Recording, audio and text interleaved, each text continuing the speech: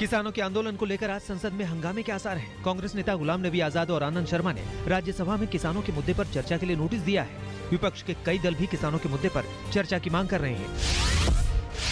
कृषि कानूनों को रद्द करने की मांग को लेकर किसानों का आंदोलन फिर जोर पकड़ सकता है। किसान मोर्चा ने 6 फरवरी को देश भर में चक्का जाम करने का ऐलान किया है। 6 फरवरी को दोपहर 12 बजे से 3 बजे तक चक्का जाम का ऐलान किया गया है। आंदोलन में किसानों की बढ़ती संख्या को देखते हुए पुलिस ने गाजीपुर बॉर्डर पर सुरक्षा बेहद कड़ी कर दी है। दिल्ली, नोएडा और गाजियाबाद की ओर से आंदोलन वाली जगह जाने वाले रास्तों को पूरी तरह से बंद कर दिया गया है। हाईवे पर बैरिकेडिंग को लोहे के एंगल से फिक्स कर दिया गया है। पुलिस, मीडिया और इमरजेंसी सर्विस को भी इस रास्ते से जाने की इजाजत नहीं है। दिल्ली के टिकरी बॉर्डर पर भी पुलिस की घेराबंदी बढ़ती जा रही है। पुलिस ने जगह जगह सड़क पर गड्ढे खुदवाकर वहां कील लगवा दी है ताकि कोई भी गाड़ी इस रास्ते से आ जा ना सके। दिल्ली पुलिस के साथ साथ टिकरी बॉर्डर पर पैरामिलिट्री फोर्स के जवान भी तैनात हैं। किसानों के आंदोलन वाले तीनों बॉर्डर के अलावा भी दिल्ली के कई इलाकों में सुरक्षा बढ़ा दी गई है ताकि किसान दिल्ली में एंट्री न कर सके। शाहदरा के डीसीपी संजय कुमार सैन ने बताया कि सभी थानों में सुरक्षा के पुख्ता इंतजाम किए गए हैं ताकि इलाके में किसी तरह की गड़बड़ी न हो सके। गणतंत्र दिवस के मौके पर दिल्ली में हुए हिंसा के मामले में पुलिस ने अब तक 122 लोगों को गिरफ्तार किया है। हिंसा को लेकर कुल 44 केस दर्ज किए गए हैं और हिंसा फैलाने वालों की धरपकड़ की कोशिश जारी है। 26 जनवरी को किसानों के ट्रैक्टर मार्च के दौरान दिल्ली के कुछ इलाकों में हिंसा भड़क गई थी। इस हिंसा में कई पुलिस वाले घायल हुए थे। दिल्ली में 26 जनवरी को हुई ट्रैक्टर रैली के दौरान घायल पुलिस वालों को आर्थिक सहायता दी जाएगी। दिल्ली पुलिस कमिश्नर ने घायल पुलिस वालों को आर्थिक सहायता देने का ऐलान किया है। Delhi police welfare society fund से गंभीर रूप से घायल पुलिस वालों को 25,000 की मदद दी जाएगी। वहीं अन्य घायल पुलिस वालों को 10,000 रुपए की मदद दी जाएगी। किसानों के आंदोलन के बीच दिल्ली हाईकोर्ट में एक याचिका लगाई गई है जिसमें कहा गया है कि 26 जनवरी और उसके बाद दिल्ली में जिन लोगों को भी पुलिस ने गैर कानूनी तरीके से हिरासत में रखा है, कोर्ट फौरन उसकी रिहाई का आदेश जारी करे। याचिका में दावा किया गया है कि 200 से ऊपर ऐसे लोग हैं जिनके बारे में अब भी जानकारी नहीं है कि वो प्रदर्शन के बाद से कहां हैं।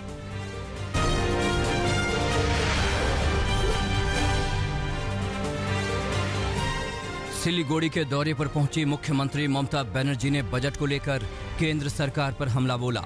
ममता बनर्जी ने कहा कि ये देश का पहला पेपरलेस बजट है और सरकार ने इसमें सब कुछ बेच दिया है। ममता बनर्जी ने कहा कि जो लोग देश बेचने का काम कर रहे हैं वो राष्ट्रवाद की बात कैसे कर सकते हैं। तृणमूल कांग्रेस छोड़ने वाले नेताओं पर मुख्यमंत्री ममता बनर्जी ने बड़ा हमला बोला। ममता बनर्जी ने कहा कि कुछ चोरों और डकैतों ने काफी संपत्ति जमा कर ली है और वो अब अपने पैसों को बचाने के लिए बीजेपी में शामिल हो रहे हैं। ममता बनर्जी ने कहा कि पार्टी छोड़ने वाले नेताओं को लेकर घबराने की जरूरत नहीं है। वो विधानसभा चुनाव में उनसे बेहतर प्रत्याशी उतारेंगी। पश्चिम बंगाल में विधानसभा चुनाव से पहले टीएमसी में भगदड़ थम नहीं रही। अब डायमंड हार्बर सीट से टीएमसी के विधायक दीपक हल्दर ने पार्टी से इस्तीफा दे दिया है। इस्तीफे के बाद दीपक हल्दर ने कहा कि पार्टी में काम करने का माहौल नहीं रह गया है। ऐसी हालत में मैं पार्टी के साथ नहीं रहना चाहता और अपने पद से इस्तीफा दे रहा हूं। बंगाल चुनाव में एआईएमआईएम अध्यक्ष असदुद्दीन ओवैसी ने भी ममता बनर्जी को घेरने की तैयारी शुरू कर दी है। बिहार के अपने 5 विधायकों को ओवैसी ने बंगाल में ममता की घेराबंदी के लिए उतारने का फैसला किया है और 5 विधायकों को विधानसभा चुनाव के लिए ऑब्जर्वर नियुक्त कर दिया है। इसके साथ तेलंगाना के 2 विधायकों को भी बंगाल चुनाव की अहम जिम्मेदारी सौंप दी है। बीजेपी ने पश्चिम बंगाल में होने वाली परिवर्तन यात्रा की सुरक्षा को लेकर चिंता जताई है। बंगाल बीजेपी के उपाध्यक्ष प्रताप बनर्जी ने प्रदेश के चीफ सेक्रेटरी को पत्र लिखा है। 5 फरवरी को पश्चिम बंगाल में बीजेपी की परिवर्तन यात्रा शुरू होगी और प्रदेश की सभी विधानसभा सीटों पर जाएगी। बीजेपी के राष्ट्रीय अध्यक्ष जेपी नड्डा इस रथ यात्रा की शुरुआत करेंगे। हाल ही में बीजेपी में शामिल होने वाले पश्चिम बंगाल के पूर्व वन मंत्री राजीव बनर्जी हावड़ा में पार्टी कार्यालय पहुंचे, जहां उन्होंने पार्टी नेताओं और कार्यकर्ताओं से मुलाकात की। इस दौरान राजीव बनर्जी ने प्रदेश में बीजेपी कार्यकर्ताओं पर हो रहे हमलों की निंदा की और कहा कि मैं खुद जोखिम लेकर तृणमूल कांग्रेस छोड़कर आया हूं। राजीव बनर्जी ने कहा कि मुझे सिर्फ पश्चिम बंगाल की जनता के लिए काम करना है और उम्मीद है कि प्रदेश की जनता मेरा साथ देगी।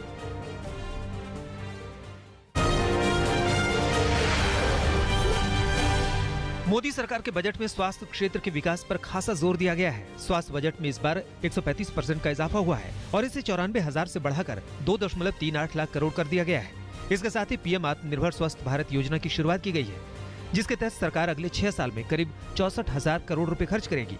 इस योजना का मकसद देश के हर इलाके तक जरूरी स्वास्थ्य सेवाओं को बढ़ावा देना है। बजट में कोरोना वैक्सीन और टीकाकरण के लिए 35,000 करोड़ रुपए का प्रस्ताव किया गया है। वित्त मंत्री ने कहा कि कोविड-19 के टीके के लिए 35,000 करोड़ रुपए मुहैया कराए गए हैं। अगर जरूरत हुई तो सरकार आगे इसे और भी बढ़ा सकती है। बजट में आम जनता को टैक्स में कोई राहत नहीं दी गई है। बजट में मौजूदा टैक्स स्लैब में कोई बदलाव नहीं किया गया है। निर्मला सीतारमण ने कहा कि वरिष्ठ नागरिकों को टैक्स में राहत दी जाएगी। 75 साल की उम्र पार कर चुके वरिष्ठ नागरिकों को अब आरटीआर भरने की जरूरत नहीं होगी, यानी अब वो इनकम टैक्स रिटर्न नहीं भरेंगे। जिनकी इनकम पेंशन पर निर्भर है उन्हें कोई इनकम टैक्स रिटर्न नहीं भरना होगा। बजट में वित्त मंत्री निर्मला सीतारमण ने बीमा क्षेत्र में निवेश की सीमा को बढ़ाने का ऐलान किया। बजट पेश करते हुए केंद्रीय वित्त मंत्री ने ऐलान किया कि बीमा क्षेत्र में निवेश की सीमा अब 74% कर दी गई है। पहले ये सीमा 49% ही थी। इसके अलावा निवेशकों के लिए चार्टर बनाने का ऐलान किया गया है।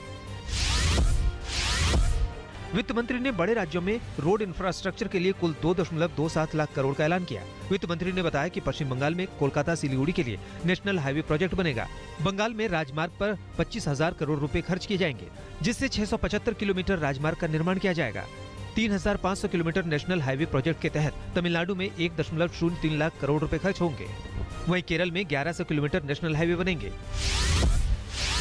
केंद्र सरकार ने बैंक खाता धारकों को भी बड़ी राहत दी है। केंद्र सरकार ने इंश्योरेंस की रकम को 1 लाख रुपए से बढ़ाकर 5 लाख रुपए कर दिया है। यानी बैंक में रखा आपका पैसा डूबा तो आपको 5 लाख रुपए मिल सकेंगे। यानी बैंकों के बंद होने पर ग्राहकों के नुकसान का भुगतान किया जा सकेगा। पहले बैंक में रखे पैसे का इंश्योरेंस 1 लाख रुपए का था, लेकिन सरकार ने इसे बढ़ा दिया है।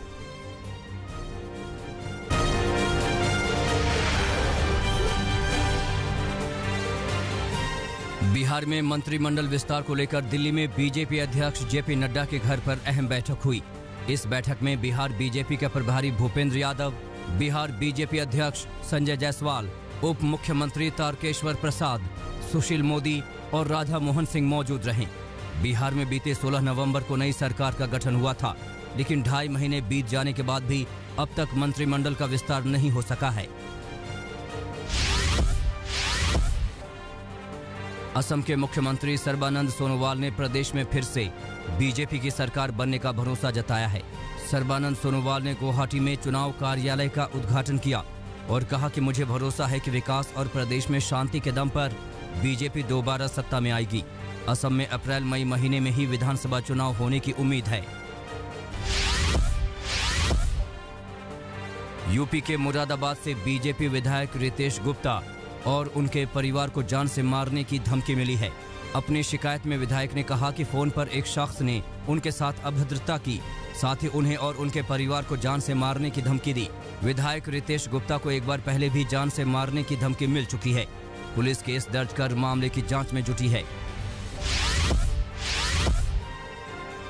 आम आदमी पार्टी ने उत्तराखंड में अगले साल होने वाले विधानसभा चुनाव की तैयारियां शुरू कर दी हैं।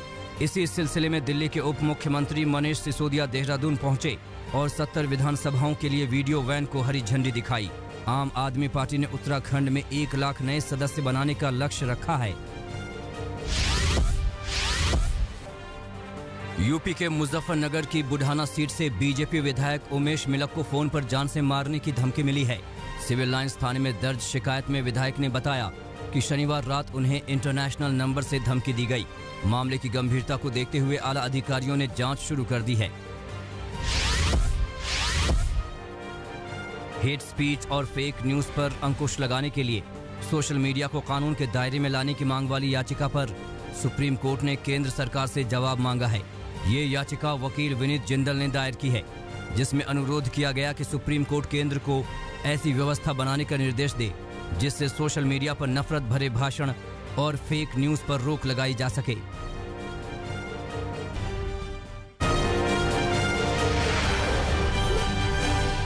उत्तर प्रदेश के बलरामपुर में 3 दिन से लापता महिला का शव मिलने से हड़कंप मच गया। मामला कोतावली देहात क्षेत्र के बेलह गांव की है। बताया जा रहा है कि महिला 3 दिन पहले गायब हो गई थी। महिला के मां ने गांव के ही एक शख्स पर महिला के अपहरण करने का केस दर्ज कराया था। मगर अब जब महिला की लाश मिली तो हंगामा हो गया। पुलिस ने शव को पोस्टमार्टम के लिए भेज दिया है और आरोपों की जांच कर रही है।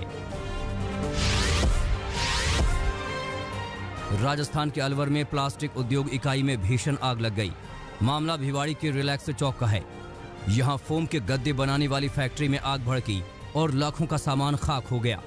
आग इतनी भयानक थी कि दमकल की 6 गाड़ियों ने घंटों की मशक्कत के बाद आग पर काबू पाया। वाराणसी में 9 साल के बच्चे को अपहरण करके मार डालने की खबर सामने आई है। मामला सारनाथ थाना क्षेत्र के पैगंबरपुर का है। पुलिस के मुताबिक 9 साल के बच्चे का अपहरण किया गया था और घर वालों से 50,000 रुपए की फिरौती मांगी गई थी। बच्चे के परिवार वालों ने इस बाबत पुलिस को सूचित किया था, मगर पुलिस के उदासीन रवैये के चलते अपहरणकर्ताओं ने बच्चे का कत्ल कर शव को खेत में फेंक दिया।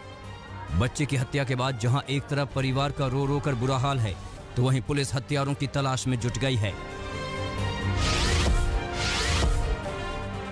बिहार के सुपौल में बदमाशों ने एक एटीएम कैश वैन के सुरक्षा गार्ड की गोली मारकर हत्या कर दी और 45 लाख रुपए लूटकर फरार हो गए। मामला जदिया थाना क्षेत्र का है। बताया जा रहा है कि जदिया बाजार में पेट्रोल पंप के पास एटीएम में पैसा डालने आई गाड़ी पर बदमाशों ने हमला किया। बदमाशों ने सुरक्षा गार्ड के सिर में गोली मारी, जिसने अस्पताल ले जाते दम तोड़ दिया। वहां बदमाश 45 लाख रुपए लूटकर फरार हो गए। अब पुलिस आरोपियों की तलाश में जुट गई है। उत्तर प्रदेश के उन्नाव में बेलगाम बदमाशों ने बड़ी वारदात को अंजाम दिया है। यहां कोतावली क्षेत्र के दलीगढ़ी इलाके में बदमाशों ने समाजवादी पार्टी के नेता को गोली मार दी। गोली तब मारी गई जब वो गोदाम से घर वापस जा रहे थे। एसपी नेता को अस्पताल में भर्ती कराया गया है, जहां उनका इलाज चल रहा है और पुलिस बदमाशों की तलाश में जुट गई है। आशंका जताई जा रही है कि ये गोलीकांड आपसी रंजिश के चलते हुआ।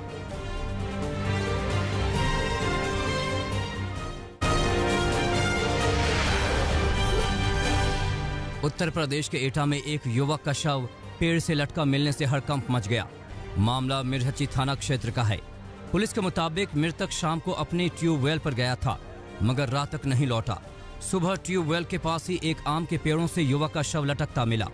शव मिलने के बाद से परिजनों का रो रो कर बुरा हाल है। वहीं पुलिस को अभी तक किसी तरह की कोई तहरीर नहीं मिली है। पुलिस मामले की जांच कर रही है। कानपुर पुलिस के हत्थे 4 नामी बदमाश चढ़े हैं। पुलिस को इन बदमाशों की तलाश कई दिनों से थी। दरअसल 20 जनवरी को कानपुर देहात के अकबरपुर कोतावली क्षेत्र में बदमाशों ने एक पशु व्यापारी से 5 लाख की लूट को अंजाम दिया था। आरोपियों के पास से लूटे गए रुपयों में से 3.5 लाख रुपए बरामद कर लिए गए हैं। म्यांमार में तख्ता पलटकर सेना ने देश की सत्ता संभाल ली है। इसके साथ ही 1 साल के लिए देश में आपातकाल की घोषणा कर दी गई है। सत्ताधारी पार्टी की मुखिया आंग सान सू की और राष्ट्रपति को सेना ने हिरासत में ले लिया है। अमेरिकी राष्ट्रपति जो बाइडेन और ब्रिटेन के प्रधानमंत्री बोरिस जॉनसन समेत दुनिया भर के कई नेताओं ने म्यांमार में हुए तख्ता पलट की निंदा की है। अमेरिका में तख्ता पलट करने वालों को सजा देने की बात भी कही है। सैन्य तख्ता पलट के बाद म्यांमार की राजधानी यंगून में लोगों में लॉकडाउन और कर्फ्यू का डर दिखा। बड़ी संख्या में दुकानों में रोजमर्रा के सामान खरीदते लोगों को डर है कि अगर कर्फ्यू की स्थिति बनी रही तो घर के रोजमर्रा के सामानों की किल्लत हो जाएगी। पाकिस्तान के सुप्रीम कोर्ट ने डैनियल पॉल के हत्यारे की रिहाई को रोकने की मांग ठुकरा दी है। पाकिस्तानी सरकार ने अमेरिकी दबाव के बाद डैनियल पॉल के हत्यारे अहमद उमर सईद शेख की रिहाई रोकने के लिए कोर्ट से गुजारिश की थी। दुनिया में कोरोना के आंकड़े 10 करोड़ 36 लाख के पार हो गए हैं। वैश्विक महामारी में अब तक 22,39,000 से ज्यादा लोगों की जान जा चुकी है। वहीं 7 करोड़ 52 लाख से ज्यादा लोग अब तक कोरोना से ठीक हो चुके हैं। पर्थ में 5 दिनों का लॉकडाउन शुरू हुआ है। 20 लाख लोग सीधे तौर पर प्रभावित हुए हैं। कोरोना का एक मामला सामने आने के बाद सरकार ने लॉकडाउन लगाने का फैसला लिया है। फ्रांस में अगले हफ्ते एस्ट्राजेनेका की वैक्सीन पहुंच जाएगी। पिछले हफ्ते ही यूरोपीय संघ ने इसे लेकर मंजूरी दी थी। अभी तक फ्रांस ने सिर्फ बायोटेक और मॉडर्ना वैक्सीन को ही मंजूरी दी थी। दूसरे लॉकडाउन से खफा पेरू के नागरिकों ने सड़कों पर सरकार के खिलाफ प्रदर्शन किया है, क्योंकि यहां अगले 2 हफ्तों के लिए लॉकडाउन लगा दिया गया है। अब तक 40,000 लोगों की यहां कोरोना से मौत हो चुकी है।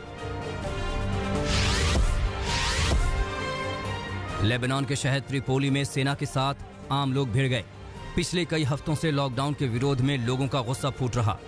प्रदर्शन के चलते 9 लोग गंभीर रूप से घायल हो गए हैं। 17 लोगों को हिरासत में लिया गया है। नमस्कार, मैं हूं अंजना ओम कश्यप। हमें उम्मीद है ये वीडियो आपको पसंद आया होगा। लेटेस्ट खबरों के लिए यूं ही देखते रहिए आज तक, और इस वीडियो के पसंद आने पर लाइक, शेयर एंड सब्सक्राइब करना ना भूलें।